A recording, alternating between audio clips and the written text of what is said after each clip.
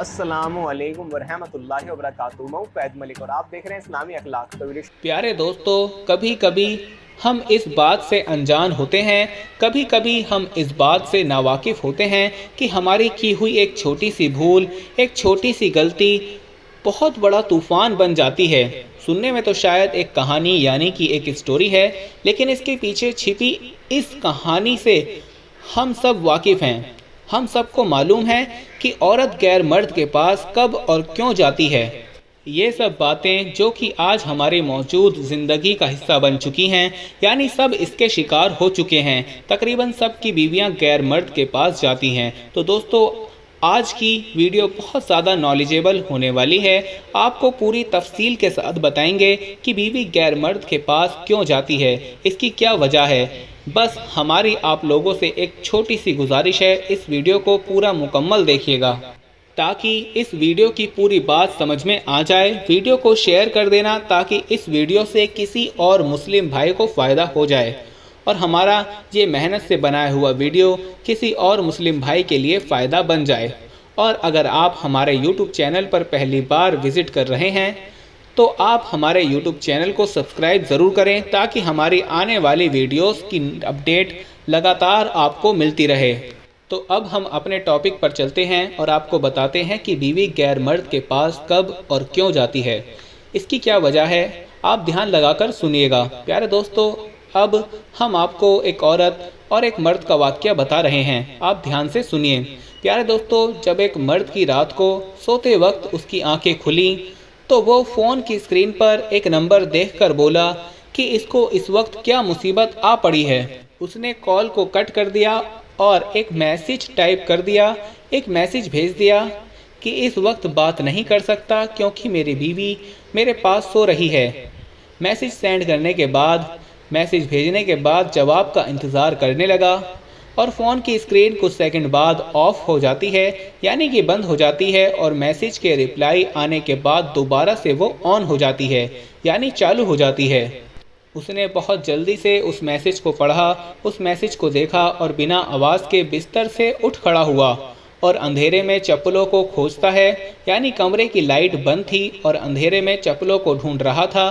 चप्पल मिलने के बाद दरवाज़ा खोलकर बाहर निकलता है और बाहर की लाइट ऑन थी। जब दरवाज़ा खोला तो बाहर का उजाला थोड़ा कमरे में आ गया।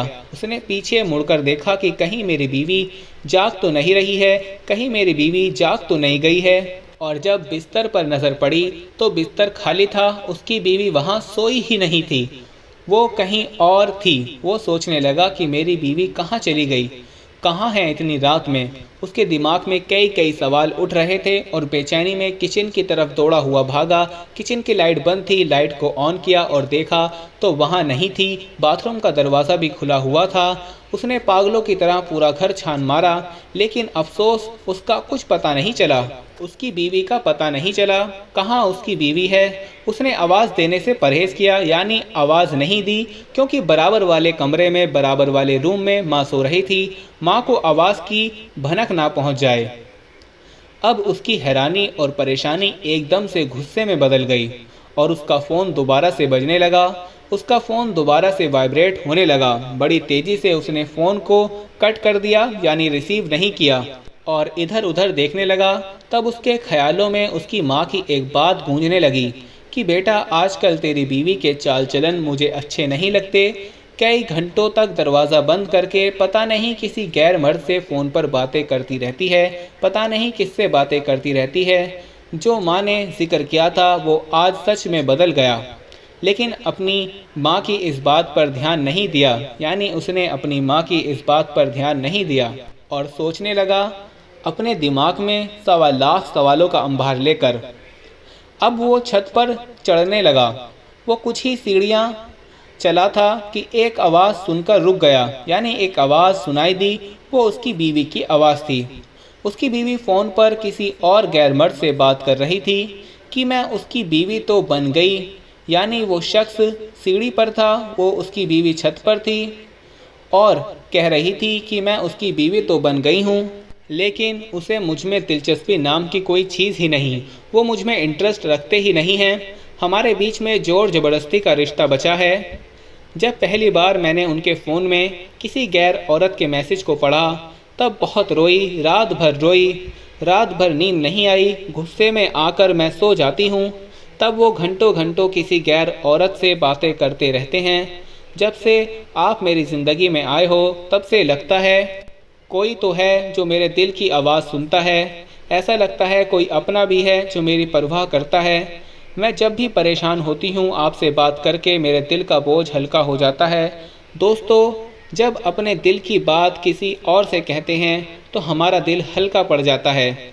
अभी गुफ्तगू चल ही रही थी, यानी बात अभी हो ही रही थी, लेकिन उस मर्द की बर्दाश्त कम पड़ गई। उसने कदम को आगे बढ़ाया कि आज तो इस धोखे की सज़ा पाकर रहेगी, मैं इसकी सज़ा तुझे ज़रूर दूंगा। इतने में उसका फ़ोन फिर से बजने लगता है, फिर से वाइब्रेट होने लगता है। सारे जज्बात एकदम से ठंडे पड़ने लगे।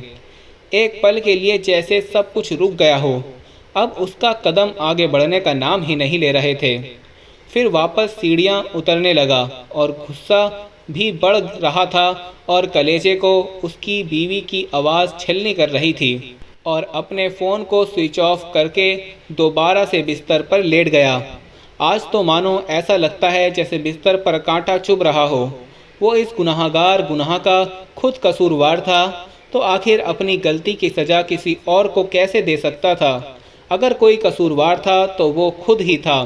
दोस्तों, हमारे कुछ दोस्त शादीशुदा होने के बाद गैर औरत के पास जाते हैं और ये बात बीवी या औरत को पसंद नहीं होती और मर्द और औरत के बीच में दूरियां बढ़ने लगती हैं। आप लोगों से गुजारिश है, आप लोगों से हाथ जोड़कर गुजारिश है कि मेरे भाइयों, अपनी बीवी से बात कीजिए, जो दिल में आए वो बात करें, लेकिन किसी गैर मर्द या किसी गैर औरत के पास बिल्कुल न जाएं।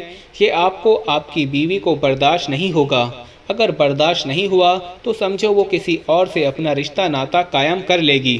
तो मेरे भाइयों, आप इस वीडियो की बातों पर गौर करें, हमारी बातों पर गौर करें और ऐसा कभी ना करें ताकि आपकी बीवी किसी और गैर मर्द के पास ना जाए।